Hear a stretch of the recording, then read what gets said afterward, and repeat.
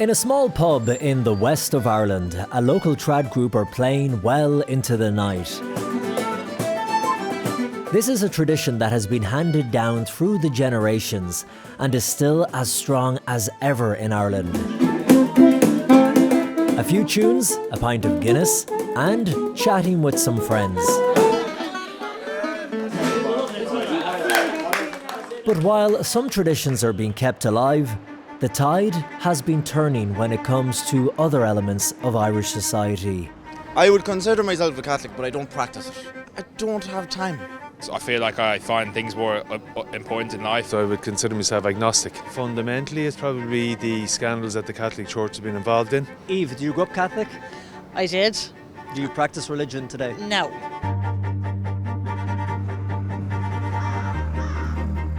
600 years ago, Franciscan friaries like this one behind me were the centres of power across the island of Ireland.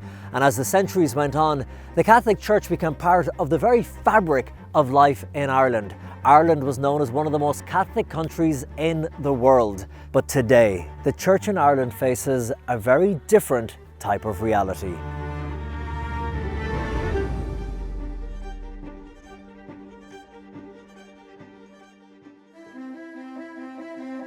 In the 1950s and 60s, it is estimated that almost 90% of the population of Ireland went to weekly Mass.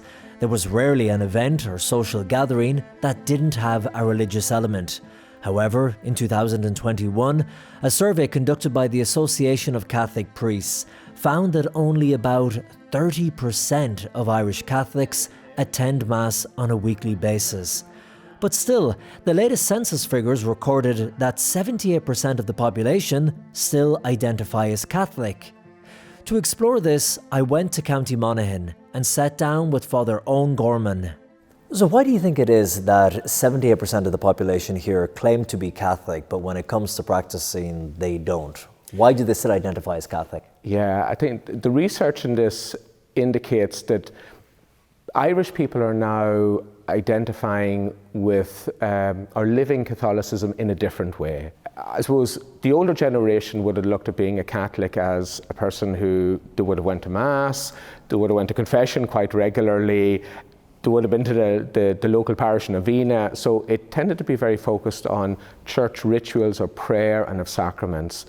The new generation of Catholics don't necessarily identify with those rituals as strongly.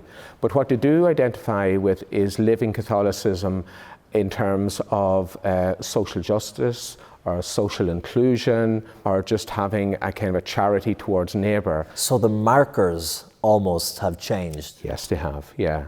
As to what it means to be Catholic for some people in this country. This generation tends to identify more with what we might call a horizontal kind of living of the faith. It's been good to other people. Older generations, more that vertical dimension, you know, it was the worship. For a country that was so Catholic, how did Mass attendance and practice of religious faith drop off so dramatically? Bishop Alphonsus Cullihan is the Bishop of Waterford and Lismore. It was a very devotional church. I wonder how deep it was theologically. Being a very clerical world, that holiness was associated with clerics and religious. Was it too powerful? I think so. Yeah. Yeah, I think so. I think it was, there was too much of an emphasis on, there was a bad clericalism. The Catholic Church did have an immensely positive impact on Irish society. In the 19th century, it set up a network of schools and universities across Ireland. And for the first time in Irish society, people from disadvantaged backgrounds could now get an education. Many of the country's hospitals and clinics were founded by the Church, homeless shelters, community groups, addiction centres, and so on. I have been very privileged in meeting religious who gave their lives, you know, to the education of young people and to the care of the sick. And unfortunately, there are many who simply have forgotten that now. The revelations of the Colm report have brought the government, Irish Catholics and the Vatican to an unprecedented juncture.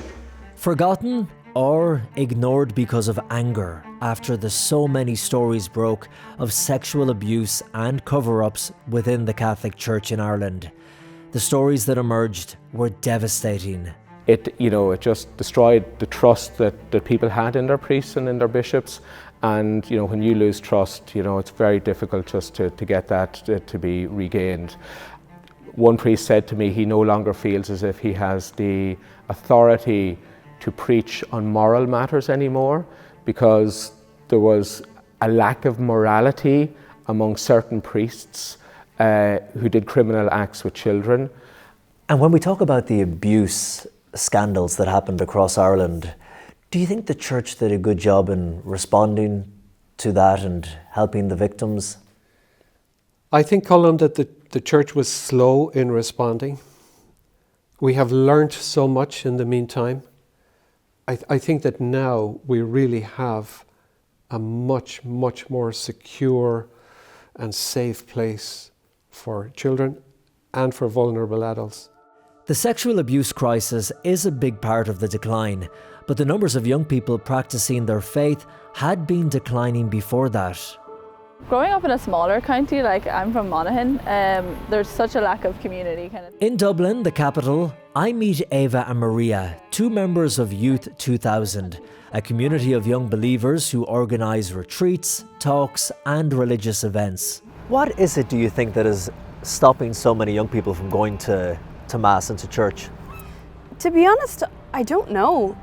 There's a lack of faith in Ireland at the moment, and I'm not exactly sure why. I think it's partially laziness that people stopped going, and then people stopped seeing and realising what the Catholic faith was about, what you can actually get out of the Catholic faith and how it helps and improves your life so much. If the faith, let's say for you, has all these incredible things that you're talking about, and young people are smart, they're intelligent, why do you think so few are practicing their faith or going to Mass then in Ireland?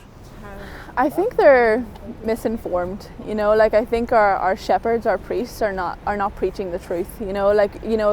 They think they're giving people what they want by a watered down Mass or a shorter homily, but young people are craving the truth. They're craving a lot of it we're finding is they're craving tradition. They're craving what the church is.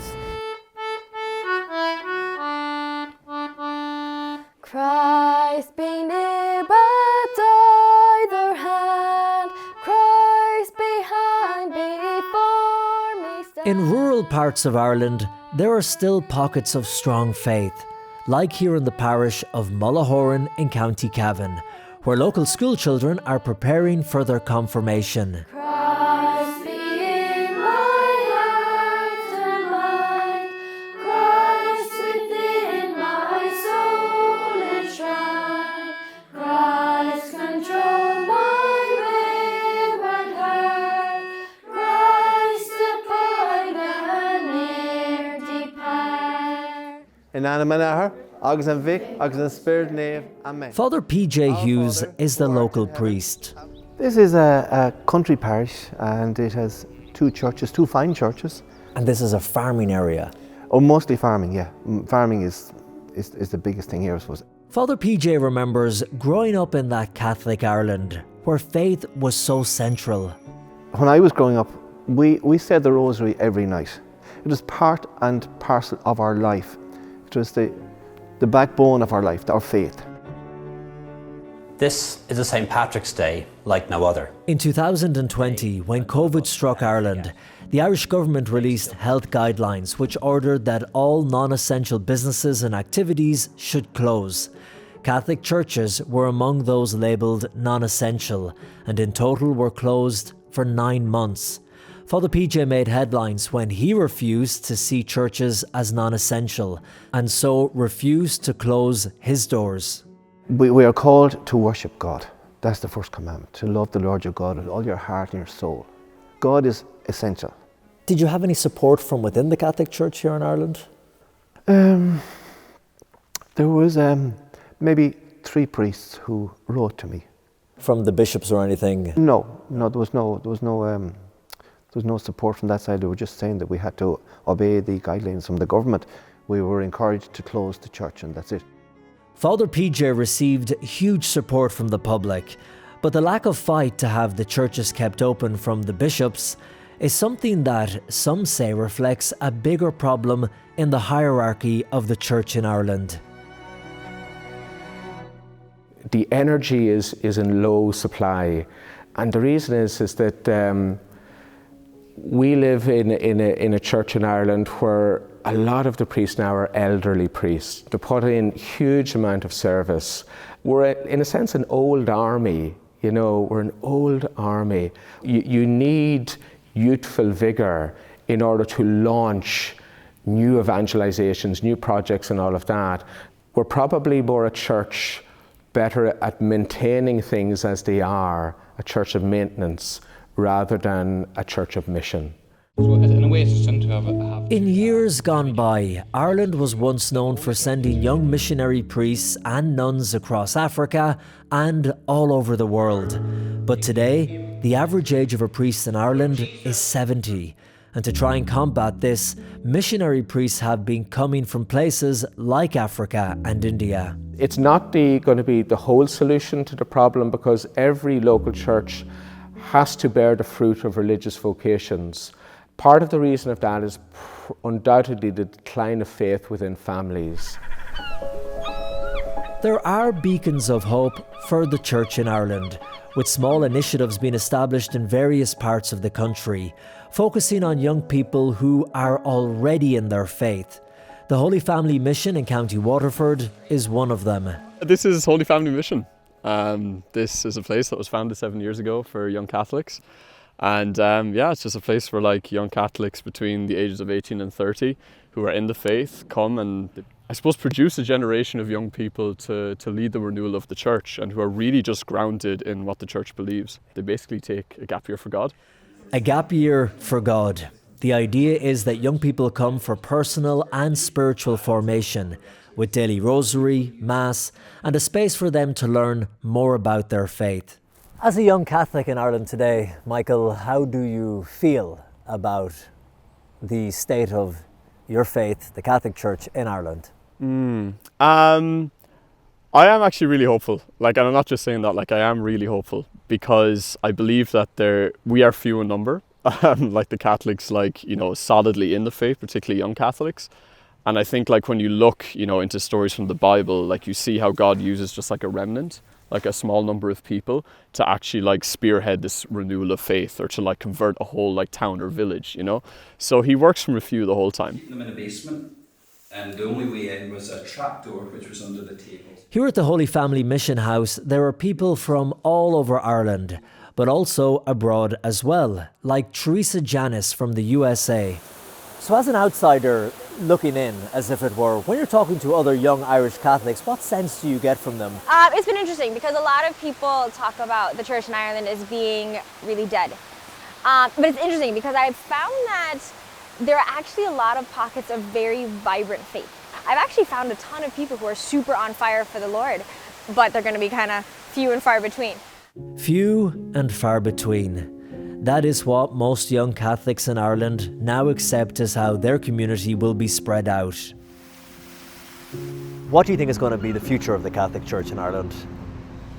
Well, I can see the numbers dwindling, especially in the younger people, but I can also see how fulfilling it is for younger people, for people who really realise what the Catholic faith is about.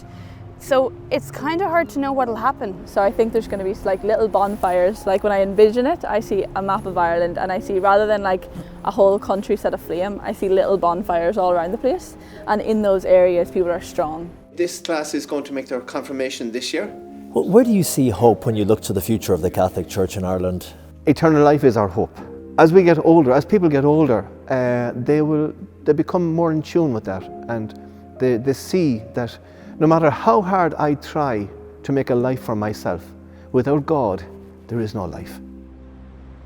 If you had to project into the future and take a guess as to what the Catholic Church in Ireland will look like in 10 years' time? I think, Colm, it will always come down to personal holiness. That's number one.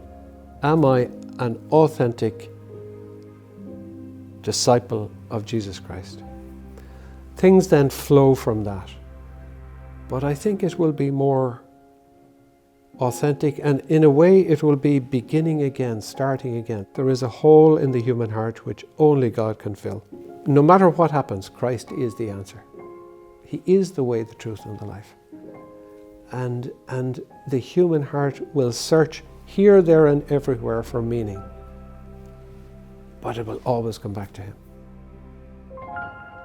In Ireland, Colm Flynn, EWTN News In Depth.